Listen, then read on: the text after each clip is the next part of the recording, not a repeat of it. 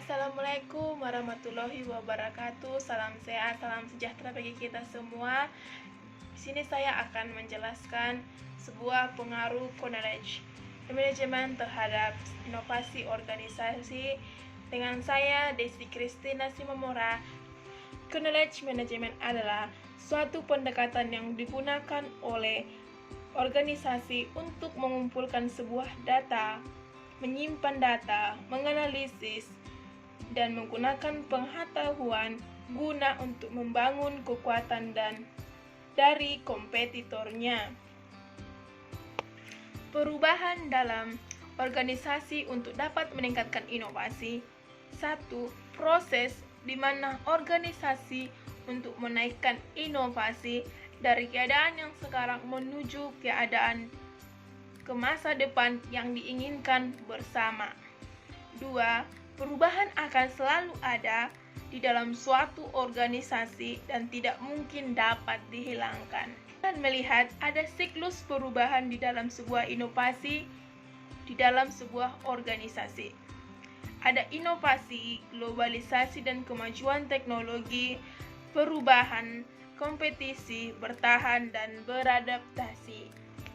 Siklus ini bisa diartikan suatu inovasi berasal dari globalisasi, dari kemajuan teknologi yang kemudian dapat menciptakan suatu perubahan, sehingga dengan adanya perubahan tersebut akhirnya akan muncul berbagai kompetisi, di mana kompetisi itu akan mampu memperlihatkan bagaimana suatu perusahaan maupun sebuah organisasi dapat bertahan dan beradaptasi. Dari kelima siklus ini, mereka harus saling berkaitan satu sama dengan yang lainnya. Di dalam pengaruh pendorong perubahan organisasi, ada dua unsur.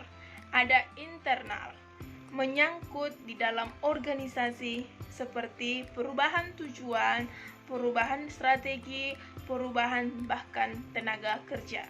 Di dalam unsur eksternal dipengaruhi oleh perubahan di luar organisasi seperti pengaruh perubahan pasar, pengaruh perubahan regulasi, pengaruh perubahan ekonomi. Namun, ada juga beberapa yang mempengaruhi perubahan inovasi di dalam sebuah organisasi, seperti struktur, teknologi, bahkan dengan manusia. Di dalam struktur, ada mencakup spesialisasi di dalam sebuah pekerjaan, sentralisasi, wewenang, bahkan kebijakan. Teknologi memperbaiki cara kerja, proses dan peralatan meliputi komputer, laptop, bahkan penerapan otomatis dalam sebuah pekerjaan di sebuah organisasi. Dan sedangkan manusia menciptakan suasana kerja yang lebih efektif dan efisien, seperti memperbaiki sikap kita, persepsi antara anggota ini dengan anggota lainnya, serta dapat menciptakan kebiasaan-kebiasaan yang baik lebih dari kemarin-kemarinnya. Di dalam pengaruh ini, aksi manajer pengelola perubahan juga sangat diperlukan untuk membentuk inovasi di dalam sebuah organisasi, yaitu seperti manajer mampu mengedukasi komunikasi yang baik, partisipasi di dalam sebuah organisasi, memfasilitasi maupun memberi dukungan, dan memanipulasi dan cooptasi, bahkan pemaksaan dengan cara yang baik. Inovasi adalah merupakan suatu gagasan baru yang diciptakan ataupun diterapkan untuk memperkarsai atau untuk memperbaiki suatu produk, proses maupun jasa yang dikemukakan oleh Stephen Robbins.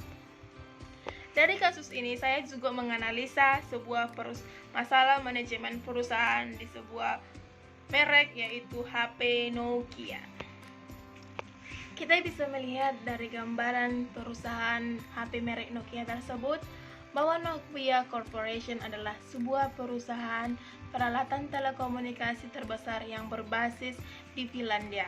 Finlandia pertama kali oleh Fredrik Identams dan Leo Mechelin didirikan pada tahun 1965. Kantor pusatnya berada di kota Espoo, Finlandia.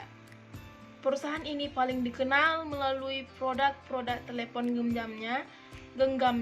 Nokia memproduksi telepon genggam untuk seluruh pasar dan protokol utama termasuk GSM, CDMA, dan WCDMA maupun UMTS.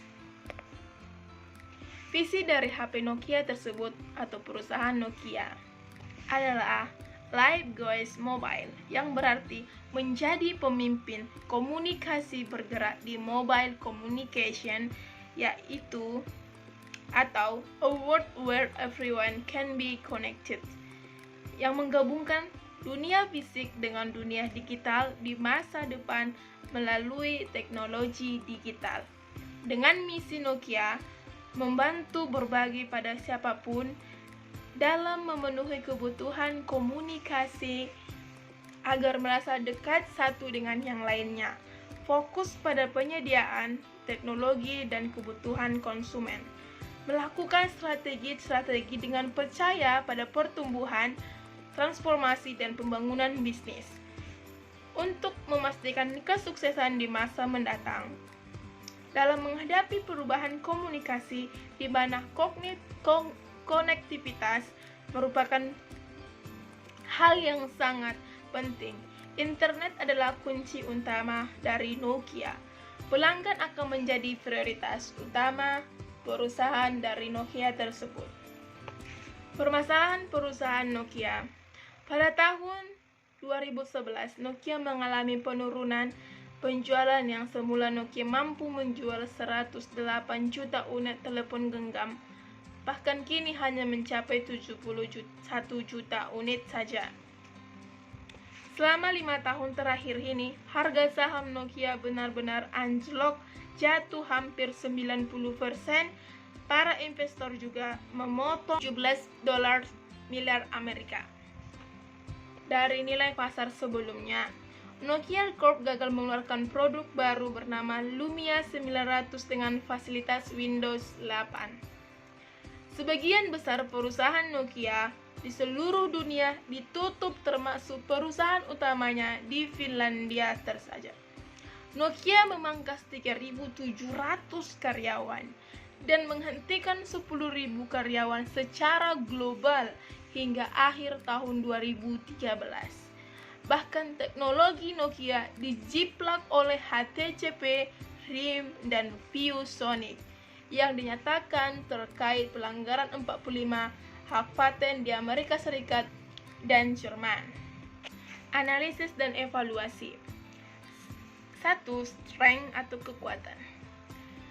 HP yang memiliki brand image yang melekat di benak masyarakat, merupakan pemasok yang high-end mobile handset, menawarkan produk-produk yang berkualitas tinggi, senantiasa melakukan inovasi pada perkembangan produknya, bahkan desain produk Nokia baik dan sangat diunggulkan. 2. Weakness maupun kelemahan.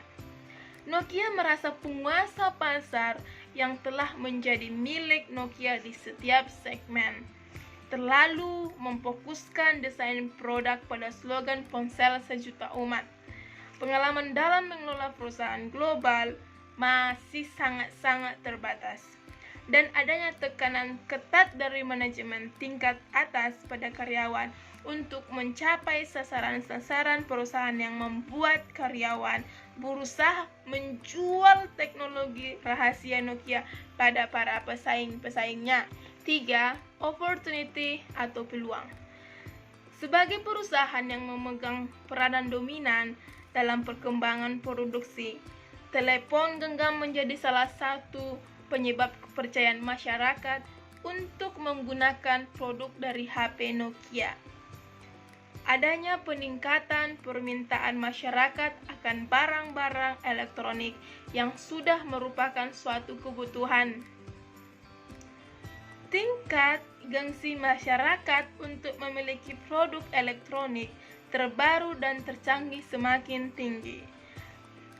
meningkatkan permintaan masyarakat pada produk-produk yang simpel, mudah dioperasikan dan bisa merespon cepat perubahan pasar.